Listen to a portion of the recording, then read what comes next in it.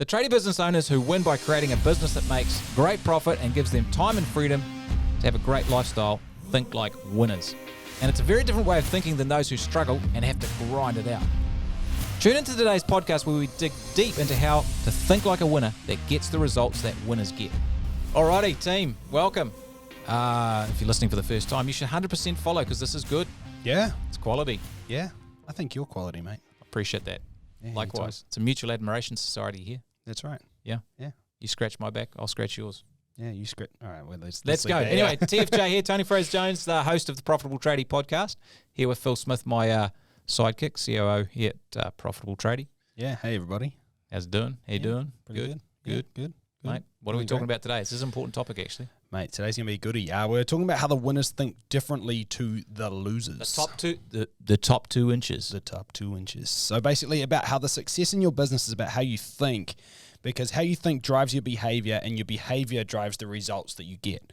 So plus, the way that you think, particularly when things come, difficult things come up, can have a huge effect on your stress levels and the overall enjoyment of business and life. So today we're going to dive deep into how to shift your thinking, and some of this may be challenging as it requires us to be totally responsible for the results in our life, and we have to stop playing that blame game. And just the usual disclaimer here, some of the things we say today might make you angry. Might be confronting. And if they do, it probably applies to you.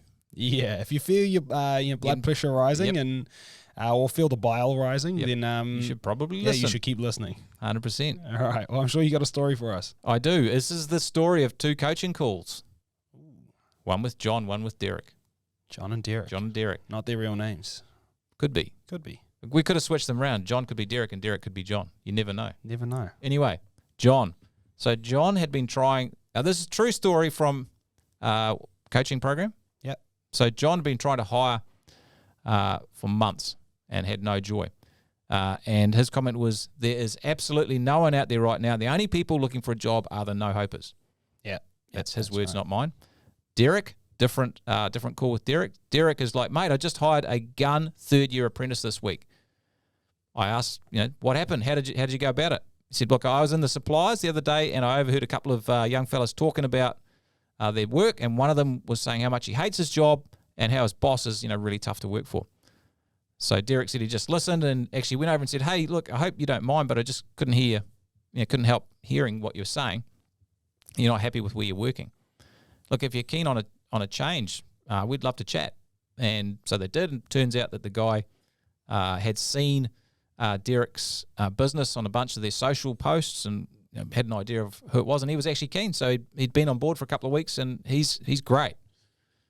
So, what's the difference? Well, a lot of people would say it's luck. I think that's the big thing. A lot of people are going to say, been wanting to press the fail. It's not luck. It's not luck. I think the really big difference here is that, Derek was actually open to opportunities around him, and John, not so much. And a lot of people will say that, this stuff above and below the line that, it's a bit woo-woo, or, Derek just got lucky walking through the supplier. But I think the difference is John probably walked past that same conversation 2 or 3 times. He wouldn't even hear it because he's got his blinkers on, he's got his goggles on, he's not seeing anything else because he's told himself there's nothing to see. Whereas Derek's open to these opportunities being there, so he's seeing them because they are there, guys. And John probably thought, overhearing that conversation, that young fella must be useless. Yeah, exactly. That would be his approach to it. Yeah. So there's no way I'd ever want to talk to him. This is an actual conversation with our members.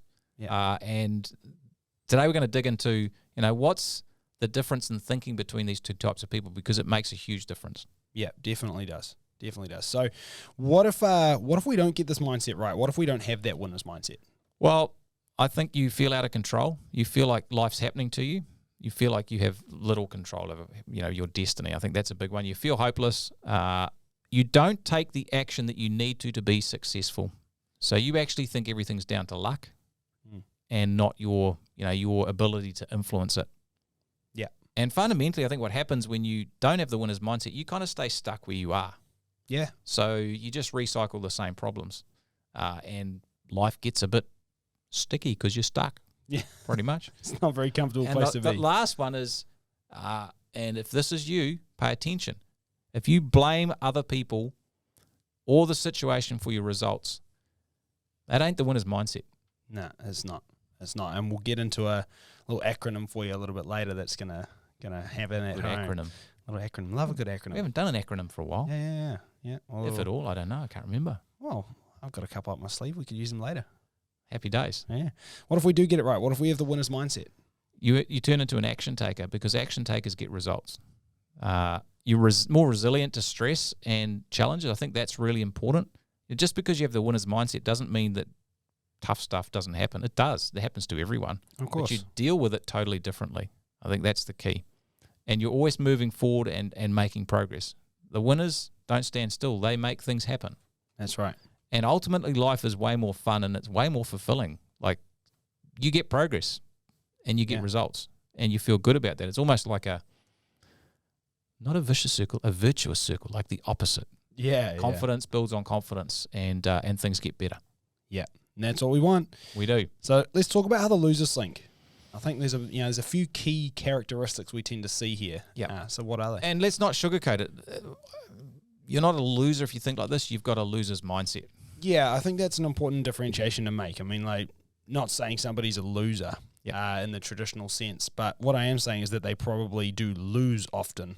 And, it might be something that they're perpetuating themselves. So if you can identify these things in yourself, that's really cool.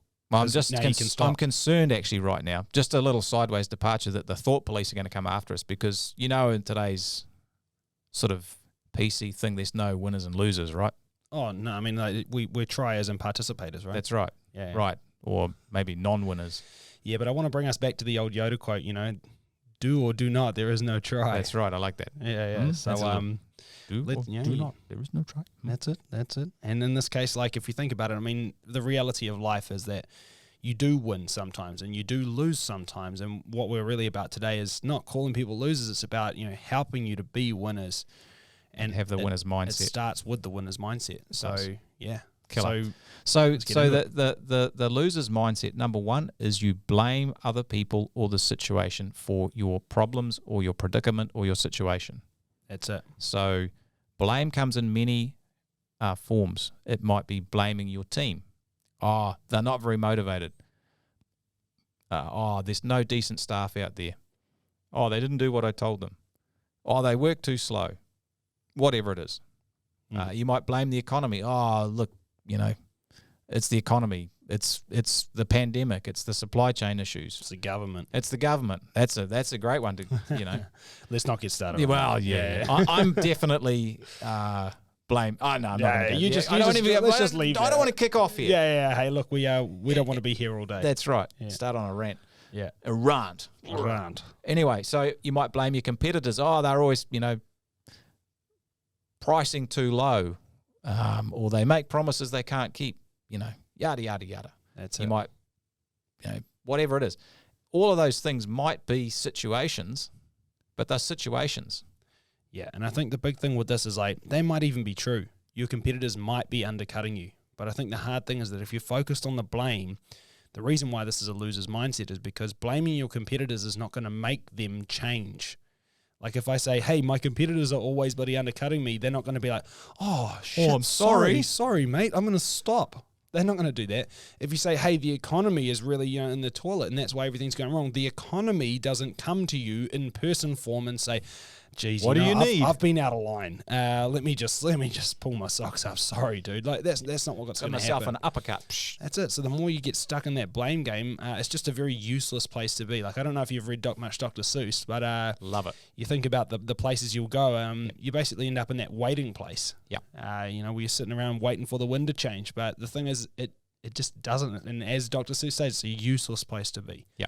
100%. So we don't want to be there. You don't want to blame the wind. You just shift the way your sails are facing. That's it. And that's what this is about. So blame gives away your power to the situation. So it absolves you of responsibility for fixing your situation. Yeah, it's a shield you can hide behind, isn't it? Yeah, well, and that flows on to the second type of thinking, which is the loser's mindset, and that is excuses. They make excuses. Like, this is going to be a big one. A big excuse is, I don't have time. Yeah. Oh. Right I'm sure now, we've all said it. Yeah, we have, but if you're listening, you might think, Tony, like, don't be like a moron. I don't have time. Yeah. What do you mean? You got as much time as everyone else. Like you've been robbed of like some time. Yeah, well, you got actually, 22 you can't hours a lose day? it. It's not hiding under the bed. Nah, Yeah. I mean we all have the same time. That's it. So to use a lack of, and some people are incredibly wealthy and successful, and some aren't. Yeah. And the wealthy people don't have more time. Mm. They just use it differently, right? And they Yeah. think about it differently. Yeah. And actually, what they do is they make choices about time. So they'll prioritize stuff that's more valuable. Yeah. So excuses is a big thing, and the last one is denial, which is not a river in I Egypt. knew you were going to say that. Oh. God. Oh no! I want the laughter. Come on, the laughter. You're a cheesy guy, mate. You're I'm a cheesy guy. Denial is not a river in Egypt. All right. How long have I used that joke for? As long as I've known you, mate. It's a long honestly, yeah, a long time. Anyway, so denial is where you just deny that there's a problem, and we see this a lot. For example, it's okay to work 60 hours a week. Yeah. I can work 60 hours a week. Or I really love working, so that's why I work 60 hours a week, because I really enjoy it. And it's like, hey, don't get me wrong, I love my job too. I love working. But 60 hours a week is still a lot. It is. Doesn't leave much room for anything else. No. Denial might be, it's okay. Look, it's okay to scrape by. We're getting by. Yeah, or I'm not motivated by money, so it's okay that we're not making any. Denial Big time. might be, look, it'll all get better in a few weeks once I get through this busy period. Denial. Big time. And you just end up in a win-then mindset, when the economy gets better, then we'll be fine. Denial. Right? When we get a change of government, we'll finally get some good policies in place. Denial. Yeah, when we start getting more materials into the country, everything will pick back up. Yep. Yeah, I mean, like, all of these even might be true, but you're denying what's going on right now, and you're putting yourself in a loser's position. So the thing with this is blame, excuses, and denial. That BED is the acronym for bed. And when you think like this, you make your own bed and you have to lie in it because you are acting like the victim. That's it. It's a victim mentality. Yeah. And the victim gives away the power to change their situation because it's not their fault.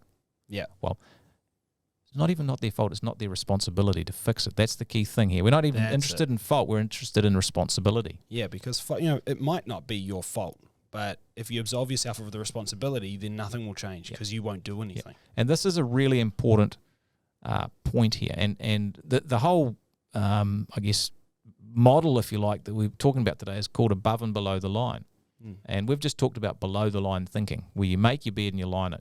You operate with blame, excuses, and denial. And in that situation, you are the victim. Life is happening to you, and it's not fair. So the emotional feeling is it's not fair. I feel outraged. I feel angry and frustrated, and anxiety and overwhelm live in that area. And maybe you've experienced some of these things. I mean, we all do from time to time. All of us live below the line from time to time. Yeah. But the trick is to get above the line. The thing about below the line is what it does, it creates what we call an external locus of control, which basically what that means is we don't have any control. Stuff outside of us is controlling our situation. Yeah. And so you've given all your power away. Yeah. So we want to switch that around. And the winner's mindset is the opposite. The winner's mindset is to live above the line. Yeah. Where the air is crisp. That's right. In the rarefied atmosphere of success. That was good. You liked that, didn't you? Yeah, bro. Like, it was all in the voice. Thank you. Yeah, Appreciate that. I've been So working on it. what's it like up there in the crisp air? Well, mate, one day when you get up here with me, I'll drag you up here too. My man. Look, it's where you take responsibility. Yeah. That's the first thing. Yeah. So you are responsible for your results, 100% responsible, even if you can't control everything. Like you can't control the economy, but you can control and create some of your own economy. Yeah. And you can control what you do in that environment. That's right. That's important. So you take responsibility. You take accountability for your results. So there's no excuses. It's like, this is where I'm at with business and it's all my responsibility or my accountability. It's up to me. This is what I've generated. Take away any luck, any outside influences. This is what I've done, and I accept and claim what I've done as mine. And then you take ownership, total ownership for the results. Yeah. 100% ownership. Yeah, there might be problems, but they're my problems. they're my problems, and I'm the one who can fix them. Yeah, that's it. And So important. Yeah, and so that's a different acronym. That's it's OAR or OR. You're using the oar to steer your own ship. That's it. Okay, and in that situation, rather than when you're above the line, rather than being the victim, you're the victor. Yeah. So it's a different way of thinking. Rather than having an external locus of control, you have an internal locus of control, which basically means I take responsibility for the results I get. Yeah, that's right. And so you feel empowered, you feel excited, you feel positive, motivated, and energized. It's a completely different way. And because you'll actually focus on, and it causes you to actually take action and generate results. Yeah. And so the difference is the below the line people never do anything because what's the point? And it's not fair, and it's all happening to me. The above the line people do stuff. Even if there's only 20% that they can control, they'll control that 20%, which actually gives them a result, which means they can control a little bit more. And their ability to actually influence the result gets bigger and bigger as time goes on. This is why the difference between the haves and the have-nots gets so large. Yeah. Is because over a period of life, the winners continually do this, and it just compounds. And the gap between the two doesn't look like much at the start, but it's massive over a period of time. Totally. And I think the big thing is that actually when times do get hard and when there are a lot of things to blame and a lot of excuses you can make, a lot of denial that you could fall back on, there's actually a lot of opportunity in there as well. Like always in tough times, like if you look at the 10 richest people of all time, 8 of them came out of the Depression era. And actually the biggest thing is that there's always things you can do. There's always opportunity you can leverage. There's always changes you can make. There's always power that you can hold on to if you're in that victor mindset, being above the line. When you're below the line, you give that power away, and you basically can't take those opportunities as they pop up. That's right. You don't even see them. So in that's kind of like, kind of high level sort of stuff we're talking about, I guess. But practically speaking, let's say, I can't hire staff. It's really hard to hire staff. There's no one out there. That's below the line. So above the line person is like, okay, I'm finding it difficult to hire someone now. What other avenues can I pursue to get someone? Well, how can I change my job ad? What can I offer that's different and unique? What can I do in my social media to position myself as a great employer, to show that this is a great place to work? What can I do to train the people I've got now to get them up to speed quicker? How can I change my pricing now, because it's hard to find people, everyone's busy, there must be good demand. If I do that, how can I pay my team more now? Yeah. So totally. there's a whole bunch of stuff you can always do. Yeah, definitely. And that's what the the victor, the above the line, the winner's mindset, that's how they'll operate. Yeah. Well, I mean, another example, if you look at a lot of new housing, it's going to probably go through a little bit of a rough patch in a lot of countries in a wee while. A lot of changes in the economy which are going to lead to that, and without getting too deep into it, I mean, it could be something that slows down, and there'll be below the line companies out there involved in new housing which will say, well, new housing's hit the bricks and all my building contractors are finding it hard, so my work's drying up, I better batten down the hatches and make it through. And there'll be above the line people that are like, maybe I get more maintenance work. That's right. I'll open up a second or a third front. I'll get into another niche, and I'll really start marketing into there and be really proactive. That's above the line thinking. It's above the line thinking. It's like, hey, yeah, there is a difficulty on the horizon, but I'm not going to blame it. I'm not going to make excuses for it, and I'm not going to deny that it's happening. I'm going to embrace that, take control of what I can control, and do things differently. Yeah, and this, like we're talking about business here, but this principle applies to everything. Top sports people, the difference between them athletically is nothing. Yeah, for sure. Nothing. I mean, it's the odd freak, but most of the top sports people are above the line. They have the winner's mindset. What can I control?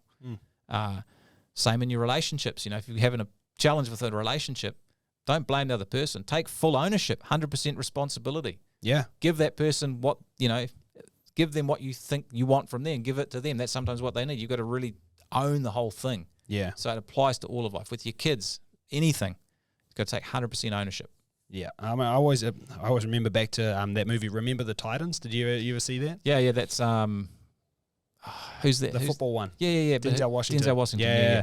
And there's that scene where they're getting penalised out of the game by the ref, and the ref is just calling everything, just penalties, and it's just killing the game, and it's not allowing them to get ahead. They're just getting picked on, and everyone's whinging about it. Oh, the ref, and the assistant coach gets all the boys together and he says, and everyone's, oh, the ref's killing it, we've got no control, there's nothing we can do, we're going to lose. And he goes, forget that, like, don't even think about that. I don't want you to think about that again. We're going to blitz all night.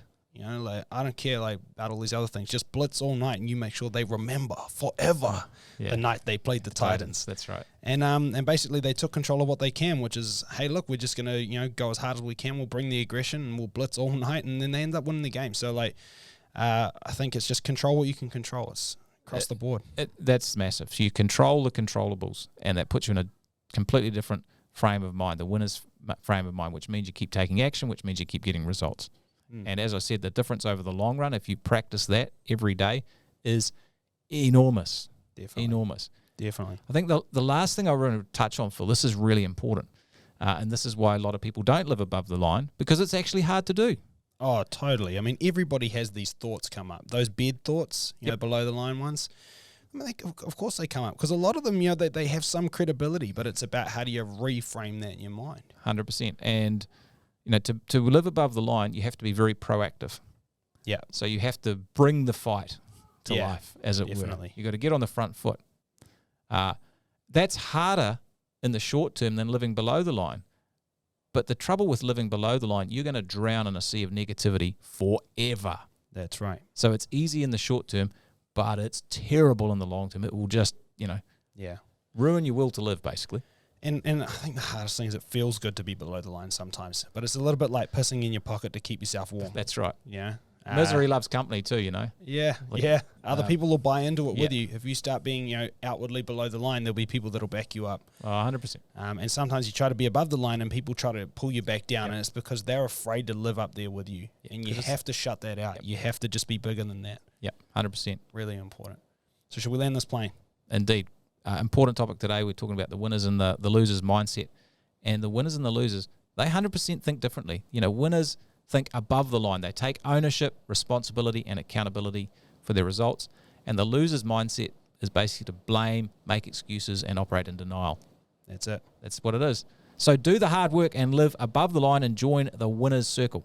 Hey, I hope you liked the video. Check out all the other videos in the channel and like and subscribe.